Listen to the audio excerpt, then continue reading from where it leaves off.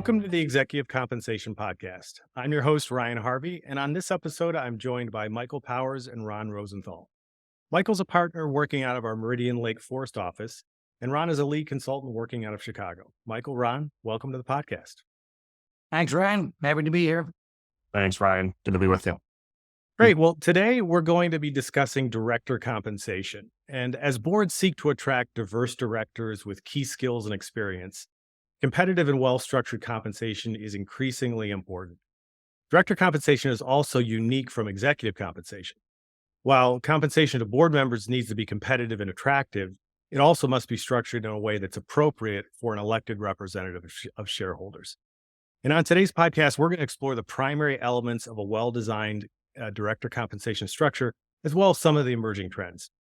So Michael and Ron, I'd like to start by discussing the three major components of director compensation. As we know, a typical board package includes really three major elements: board retainers, equity awards, and typically some sort of committee-related pay. Also, I know that Meridian just completed its annual review of the S&P 500 director pay trend. So any data that we're seeing in that study, I think would also be interesting to explore. But Michael, why don't we start with board retainers? What can you tell us about the purpose of a board retainer? How are they typically structured? And are there any trends that we're seeing in the data? Yeah, happy to take that one, Ryan. And again, we'll reference the S&P 500 survey, both on pay levels and design practices, and it will be available on the Meridian website shortly for those who want to see the full report. With respect to board retainers, it is the second largest component of director pay, averaging around $100,000, most often paid in cash. Most organizations allow for tax deferral of the retainer as well, and potentially converting it into equity too. In essence, we think of the retainer as table stakes for director pay, and it's really to cover both the time and effort for being a publicly traded board member, but also for the attendant risk, whether they be financial or reputational. Over the last 10 years, we haven't seen much increase in retainers, really tracking with U.S. inflation rates, but it represents about 1/3 of total director pay today.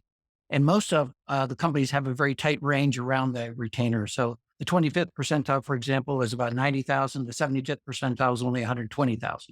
And that compares to total board pay, which is more like $310,000 for that S&P 500 sample. Are we seeing any significant inflation in the retainer levels over recent years, or has it been pretty modest increases?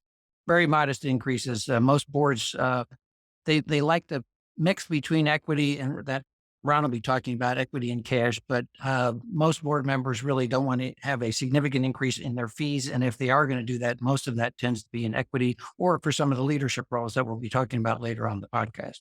Yep. Okay.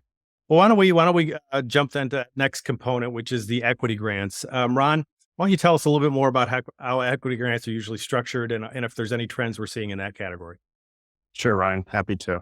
So for equity grants, first of all, companies typically denominate the annual equity grant as a dollar amount as opposed to granting a fixed number of shares. And the reason they typically do this is it provides consistency in the annual award value, even if there's year-over-year volatility in the share price. So like the annual retainer, as Michael was describing, companies will often target a specified dollar amount with the equity grant and grant that on an annual basis. Now, as Michael mentioned, equity is the majority of total annual compensation for an outside director. Investors typically like to see at least half of a total annual compensation granted in equity. And in our study of the S&P 500 companies, equity, in fact, comprised 60% of total pay for an annual director. So as Michael mentioned, with median total pay for the S&P 500 companies just north of $300,000, the median annual equity grant for directors of S&P 500 companies was $180,000. So as I mentioned, about 60% of total pay. Those grants are typically structured as what we refer to as full value shares. So in other words, share denominated awards. Restricted stock units are the most common form of that annual equity grant. Over 50% of S&P 500 companies are granting the awarded restricted stock units, followed by either fully vested shares of common stock or deferred share units, which each have about 20% prevalence. It's a very small minority practice for companies to grant stock options to directors, and the latest data shows it's now under 10%. And the reason for that is the director as a fiduciary of the company, it's really misaligned with their role as a fiduciary to grant stock options, and certainly misaligned to grant performance-based awards, which we almost never see. So it's typically a full value share, and the trend has been to move away from deferred share units. If you roll the tapes back probably 20 years, deferred share units where the directors received a grant and couldn't have access to it until they left the board, that was very common structure. Today, the granting of a restricted stock unit is much more common, and deferred shares have declined in prevalence. What we found in our study is when the RSUs are granted, they typically have a 1-year cliff vesting period attached to them. And the reason for that has to do with the timing and the nature of the grant. So the equity grant is typically awarded annually. The majority practice is now to grant that award coincident with the annual meeting date. I think about 70% of companies in our study do that. And the reason they do that is to align the grant with the director's election to the board in the upcoming year of service. What we found is these grants are often made on a prospective basis for the upcoming year of service. And therefore, many companies that grant RSUs have included a 1-year vesting period just to ensure that the director provides the service that was expected when the award was granted. Now, do we still see companies make that equity grant on a calendar year basis? Yes, we certainly do. But that's in a small minority practice. As I mentioned, the more common approach is to grant it at the annual meeting date. Now, in terms of trends that we see with respect to the structuring of equity awards, I've already mentioned a couple of them. First is over the last few years, we've seen a shift away from deferred share units, which have little flexibility, very prescriptive, no ability for the director to elect when to receive the grant. So we've seen a shift away from deferred share units to RSUs. Also seen more companies shift the timing of the grant to align with the annual meeting date. And for those that are adding RSUs, as I mentioned, and moving the award to the annual meeting date, we are seeing them add that 1-year cliff vest to the awards. But another thing that we're seeing is, and the reason I think RSUs are increasing in popularity, is there's the ability to make an elective deferral on the receipt of the underlying shares. So we're seeing companies not only move to RSUs, but also providing directors with the ability to make an elective deferral on those RSUs. And with that deferral, the thing that's nice about it is the director can choose whether to receive the shares and pay the tax on the vesting date, or defer receipt and the taxable event until they leave the board. So if they'd rather have the income currently, they don't have to do anything. If they prefer to not lose leverage and push the taxable event out to a future date, for example, when they leave the board, with the elective deferral, they have the ability to do that. So one of the other trends we're seeing is giving the directors the ability to make an elective deferral on the timing of the receipt of the underlying shares. Yep. Yep.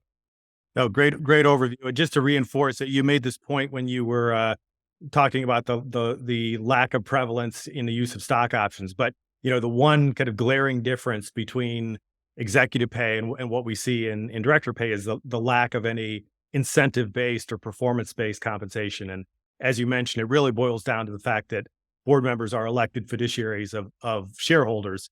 And so having them tied to a performance-based metric or variable metric really can be problematic from that standpoint. So interesting difference there. But why don't we shift to the kind of the third and final kind of big component, which is committee pay. And there could be a variety of different committees, variety of different leadership responsibilities within those committees. But Michael, maybe talk to us a little bit about how boards typically structure pay for committee service.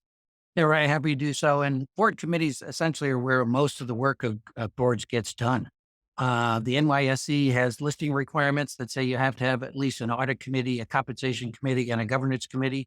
However, only a small minority of companies pay meeting fees for attendees at those meetings. And the reason really was over the last 15, 20 years is companies wanted to simplify the director pay practices. And they also didn't want to track administratively how often committees might have met. And that was particularly helpful during COVID when we moved to a lot of virtual meetings, a lot more frequent meetings, and didn't have to track when a particular committee was meeting or whether it was just a couple of directors having a conversation. So in lieu of those meeting fees over the last decade or so, most companies have either accelerated the retainer or the equity grant to make a competitive pay package. In contrast, committee chairs are paid for those roles. And that's really for the additional work of pre-meetings with management, post-meetings with management and the committee's advisor. Committee chairs also set meeting agendas for the committees, and they also report back to the full board on what that committee's activities were and what was approved. And some boards obviously allow board members to have access to all committee meeting materials as well. So for the pleasure of serving as a committee chair, typically audit committee chairs have an incremental fee of about $30,000. That's for 8 to 10 meetings a year. Compensation and nominating tend to meet less frequently than that, maybe 5, 6 times a year. And the pay for those two roles is $25,000 for compensation and $20,000 for governance in our most recent survey. So bottom line is those are significant roles, and trust me, they earn those incremental dollars for being chair of those key committees. Have you, Michael, have you seen, I know in the past and there still is a gap based on the data you just mentioned, a pretty big gap between audit and comp committee, and then even a bigger gap down to nom and gov.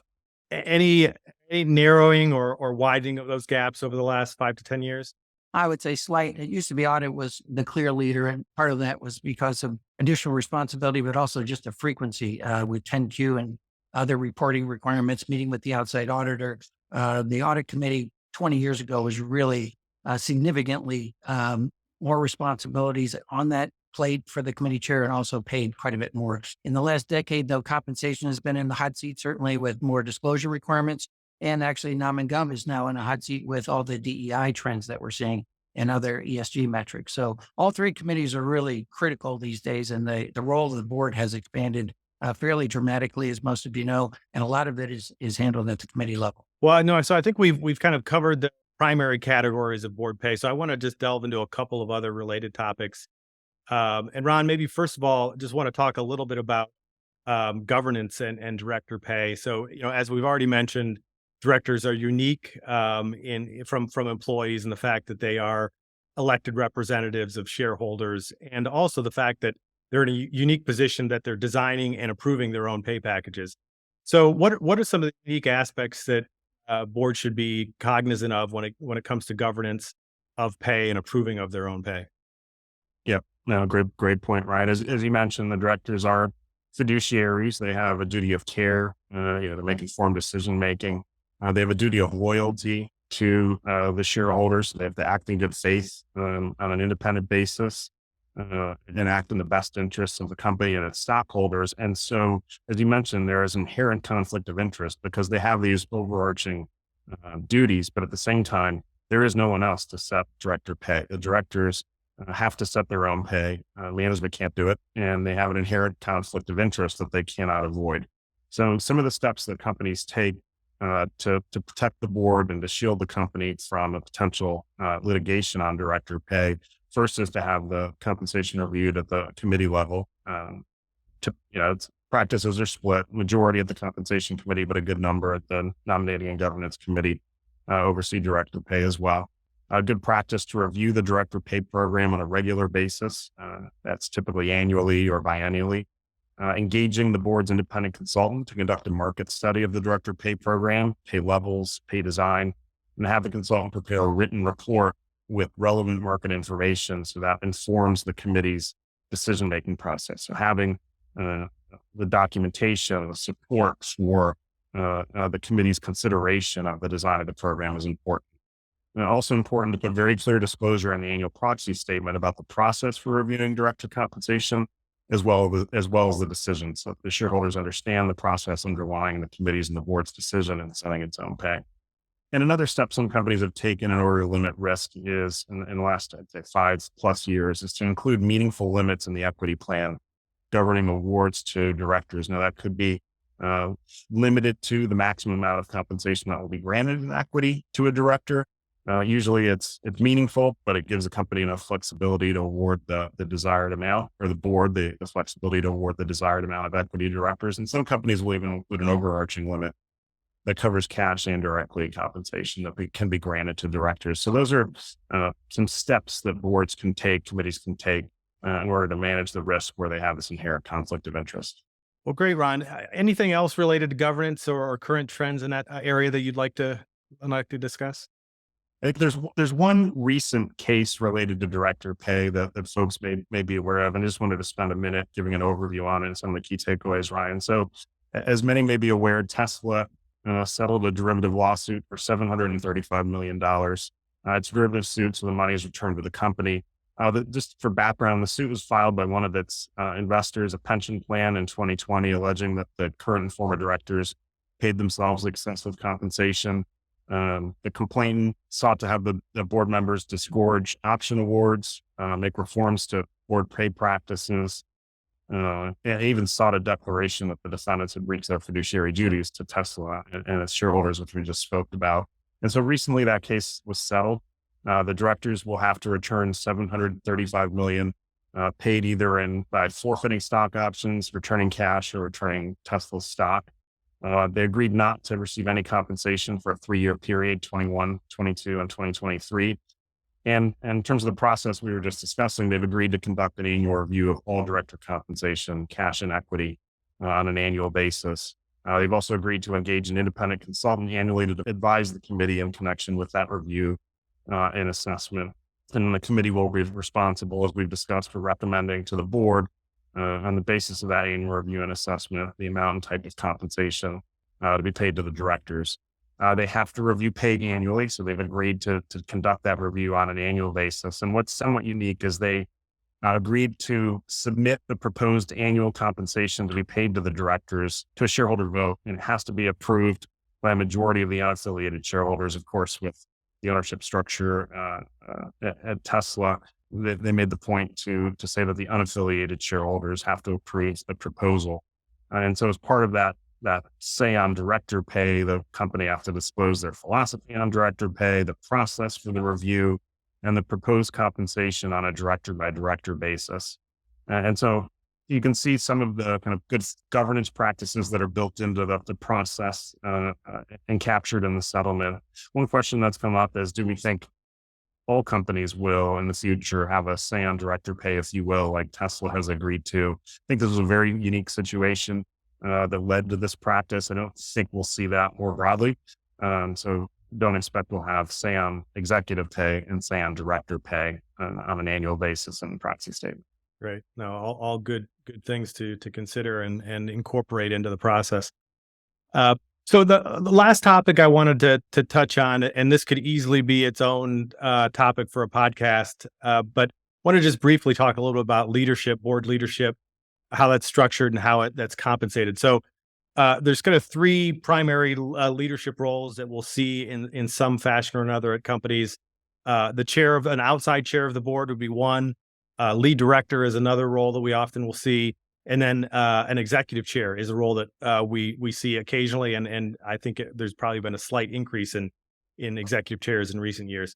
So, Michael, I'd like to just spend a little bit of time. Maybe you can tell us a little bit about how those roles are typically compensated and any other considerations we might want to be aware of in those leadership roles. Sure thing. And we have seen probably this is the area of most dynamic change in board compensation, and the leadership roles have seen the largest pay increases, I would say, over the last 5 to 10 years. And as Ryan said, there's really 3 that we'd like to cover. First is the lead director. And in instances where the CEO is also the chair, the lead director is typically paid an increment of about $50,000 over and above a regular board member. And that is really for 3 roles: reviewing and approving sometimes, but at least reviewing board meeting agendas and materials. Second is to run the executive sessions of the board. And third is to be the primary interface with the CEO. Again, that's when the CEO and the chair is really one person. So a lead director is a nice counterbalance to that. They can also speak publicly on behalf of the company on important governance matters. They can engage with major institutional shareholders or shareholder advisory groups. And honestly, many lead directors really don't want to be singled out. They view themselves as a peer of other board members, but the reality is it is a significant role, and it helps demonstrate the importance of that role to institutional shareholders and shareholder advisory groups as well, so to compensate that. And so they are paid a moderate delta above the audit chair. The second role is the non-executive chairman, really an independent board member typically. Almost half of the S&P 500 have this role currently, and they average about $200,000 in incremental compensation, often just in equity. And so their responsibilities are a little different in that they determine the board agenda, they approve the meeting materials, and they also run the board meeting. They also certainly can represent the company with external constituencies. So it's really a critical role for most boards that have a non-executive chair. And then the third role we wanted to talk briefly about is executive chair. And this one has changed a lot over the last 5 to 10 years, I would say. It was not a common practice 10 years ago. Today, there are a good number of CEOs who transition into retirement by becoming the executive chair and giving up the CEO role. And as Ryan said, we can have an entire podcast just on the pros and cons of having an executive chair, the duration of those roles, the responsibilities of those roles. But at a high level, in terms of their compensation, there's usually a fairly substantial haircut from their pay as CEO. Often they don't participate in equity incentives. They might not participate in the annual incentive as well, but they still have a very significant total pay package, which is a multiple of the non-executive chair. So bottom line is that role definition takes a lot of board dialogue in terms of, do we want to have that role? How long will the person stay on as executive chair? And what is fair compensation for the role? The other more subtle item built into those continuation of employee status, because they are an employee as executive chair, is the continuation of some retirement programs, but certainly the continuation of vesting on equity incentives, which can be very substantial. So those are the kind of things that we have a lot of dialogue and conversation with full boards about as a CEO is nearing retirement age. Great summary of those roles, and would agree that particularly that executive chair role is of the three by far the most unique and probably most complicated from a pay perspective, and often very much driven by the role itself, because the role of executive chair can mean something very different, depending on how it's structured across companies. So maybe that will be a future topic we can delve into. But well, this has been a great discussion. As we've seen on this conversation, board compensation, while it is generally simpler than executive pay, and the actual dollar amounts we're talking about are often much less than executive pay, it could be a very important issue and really a driving factor in high functioning boards. So, Michael, Ron, thanks again for joining the podcast today. Happy to do it. Take care. Thank you.